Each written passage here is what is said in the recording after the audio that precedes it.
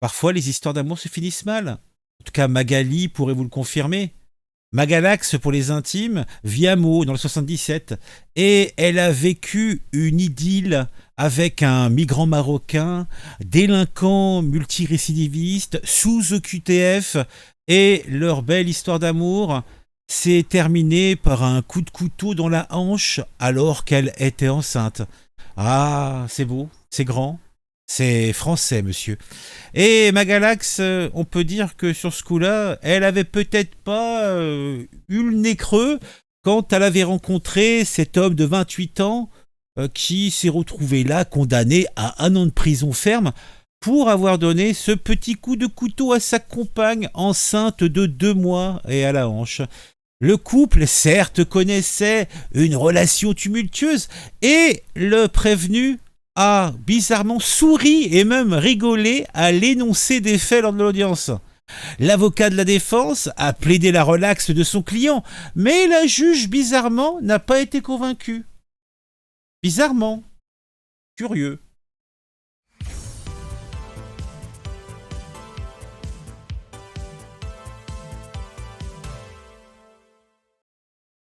Il y a quelques semaines à peine, je vous avais déjà parlé d'une Magalax, une Magali aussi à mots. Alors, est-ce qu'il y a un détail bizarre qui fait que on a ce genre d'histoire tortueuse entre un migrant de courte, un migrant sous OQTF en général, donc qui n'a rien à faire sur le territoire français, qui vit une idylle, un amour romantique avec une jeune femme du cru et qui, eh bien, bizarrement, ça se finit mal.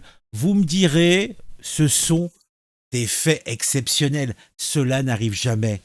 Bon, en 1 mois, on a 2 cas dans le même coin. Moi, je dis quand même bizarre. Alors, est-ce qu'il y a un microclimat qui tend à peut-être exacerber la méchanceté de certains individus? Je sais pas, je sais pas. En tout cas, on va s'intéresser un petit peu. J'ai trouvé cette information donc dans le Parisien. Mo condamné pour avoir donné un coup de couteau à sa compagne enceinte. C'est pas très gentil. En plus, sa compagne était enceinte, bordel, quoi. Et le tribunal correctionnel de Meaux a condamné un homme de 28 ans sans papier et sous le coup d'une obligation de quitter le territoire français. Alors après, toujours, je me pose cette question. Si il était sans papier, si il était sous le coup d'une OQTF, donc une obligation de quitter le territoire français, euh, pourquoi il est là? Mais en plus, là, il va être condamné en comparaison immédiate pour avoir porté un coup de couteau dans la hanche de sa compagne enceinte. À l'audience, il s'est défendu bec et ongle, expliquant que cette dernière se scarifiait. Quel rapport tu sais, elle peut aussi aimer se gaver la bouche de banane jusqu'à s'en étouffer, mais si tu lui sers le kiki assez fort pour qu'elle s'étouffe, bah, le fait qu'elle avale les bananes sans les mâcher, ça va pas être une raison suffisante de ne pas te condamner, quoi, tu vois. En tout cas, ce mec, il est bizarre quand même. Hein. Il est bizarre. On va quand même lire un petit peu. Dans le box, il gardait les bras croisés, arborait un air méprisant et des sourires narquois, parfois déplacés, allant jusqu'à rire en entendant la présidente du tribunal correctionnel de Meaux, en Seine-et-Marne, expliquer pourquoi il était jugé en comparution immédiate. C'est un Marocain de 28 ans sans papier et sous le coup d'une OQTF.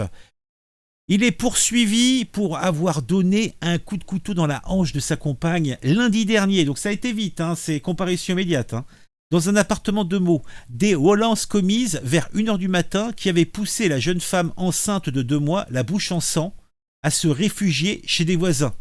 Devant les policiers, elle a dénoncé des violences et des insultes récurrentes. Le couple s'était rencontré dans un point de deal.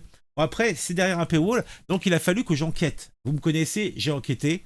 Donc, je suis tombé sur un article plus, en tout cas, qui n'est pas derrière un paywall, à la dépêche. Donc, il poignarde sa compagne enceinte et rigole devant la présidente du tribunal à l'énoncé des faits.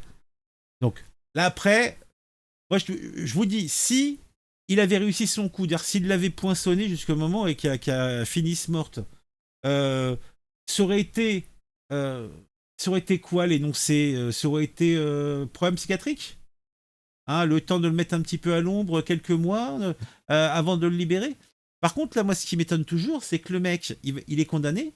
Par contre, on lui fait pas une reconduction directement à la frontière. C'est ça que je comprends pas. Toi, à chaque fois, ça revient.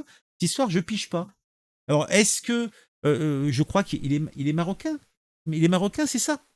Donc, je ne pense pas que le Maroc soit une dictature. Je ne pense pas qu'il y ait de problème particulier avec ce pays. Donc, qu'est-ce qui peut empêcher qu'on le renvoie dans son territoire d'origine? Je comprends pas. Ce vendredi 12 juillet, un homme de 28 ans a été jugé en comparution immédiate par le tribunal de Meaux en Seine-et-Marne pour des faits remontant au lundi précédent, à savoir un coup de couteau donné par ce dernier à sa compagne enceinte de 2 mois. Touchée à la hanche, la jeune femme, obligée de se réfugier en pleine nuit chez des voisins, a immédiatement évoqué auprès des policiers les violences et insultes récurrentes dont elle se faisait l'objet. Donc Magalax, il semblerait, ce n'était pas son premier tango. Elle s'était déjà pris des dérouillés. Après, je me demande, mais pourquoi elle reste avec ce monsieur? Parce qu'en plus, l'appart, ça va être le sien. Hein, vu que s'il n'a pas de papier, s'il est en situation régulière, logiquement, il a pas tous les avantages inhérents à avoir des papiers en règle. Donc je suppose que c'est son appart. Je suppose que en fait, c'était elle qui payait les trois quarts des trucs. Donc je me demande, bizarre. Ou alors, ce monsieur aurait des rémunérations occultes. Après, c'est quand même bizarre, toi. Bon, je comprends qu'il puisse y avoir des problèmes dans un couple. Après que s'en aille jusqu'à la violence, ça me paraît un petit peu excessif. Hein, on peut discuter. Et puis si ça va plus entre eux, ben, on se quitte et puis voilà, c'est tout.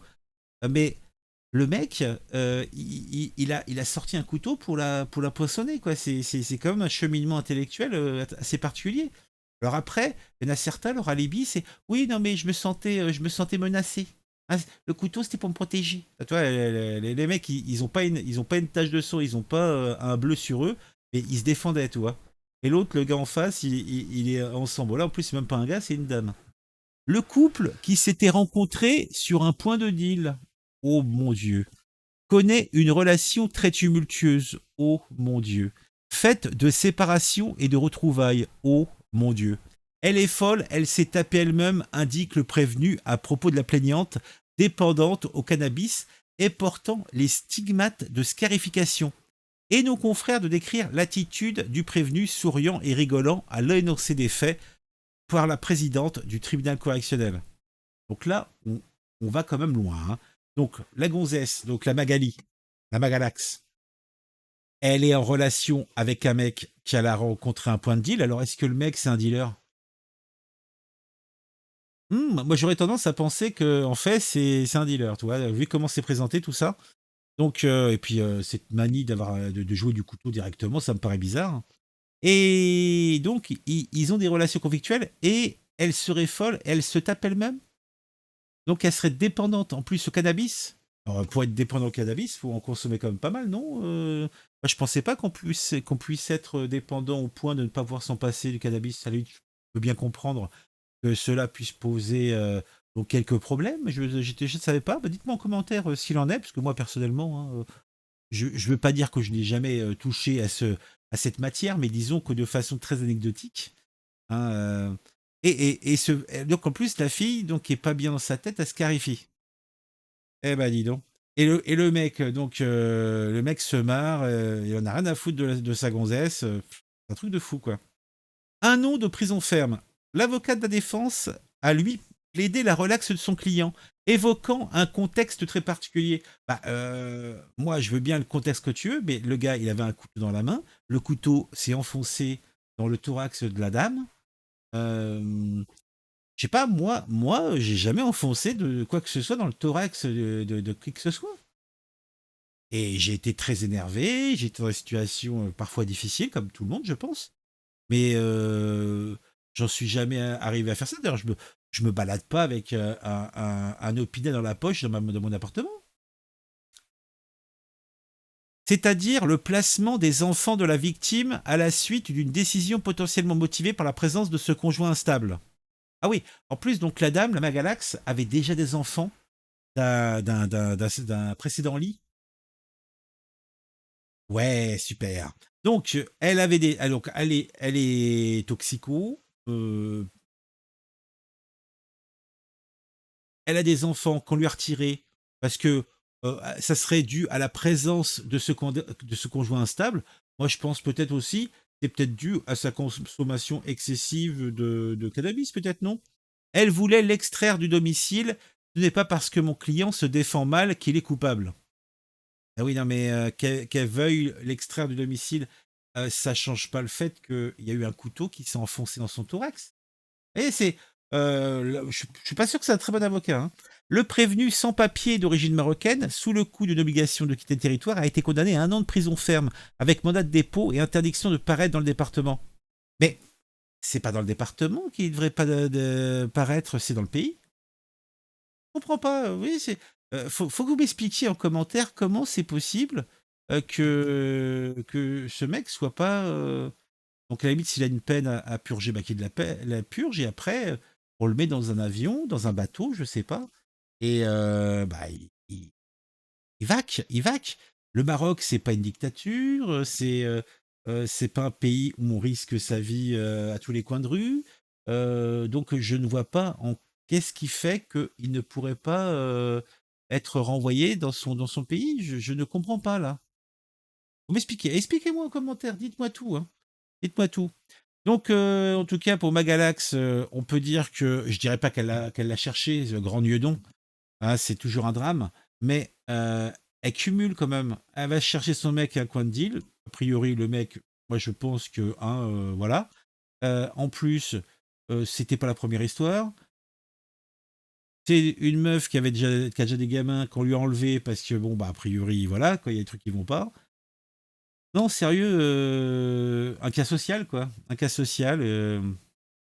À Magalax, Magalax, Magalax. Et comme je vous le disais, il y a quelques semaines, Amo aussi, on avait parlé d'un autre cas, une Magali a pris un migrant comme amant, elle prend tarif. Donc là, c'est la même histoire, hein. Bah, c'est pas la même histoire, mais c'est le même genre de cursus de gonzesses qui font des choix peu judicieux. Bon, dites-moi en commentaire ce que vous pensez de tout ça, mettez un j'aime, mettez un commentaire pour le référencement, pour le plaisir. On se retrouve très vite pour une nouvelle vidéo sur un sujet qui m'a intéressé et qui, je l'espère, vous intéressera aussi. Vous pouvez vous abonner si vous le souhaitez et si vous le faites, activez la petite cloche.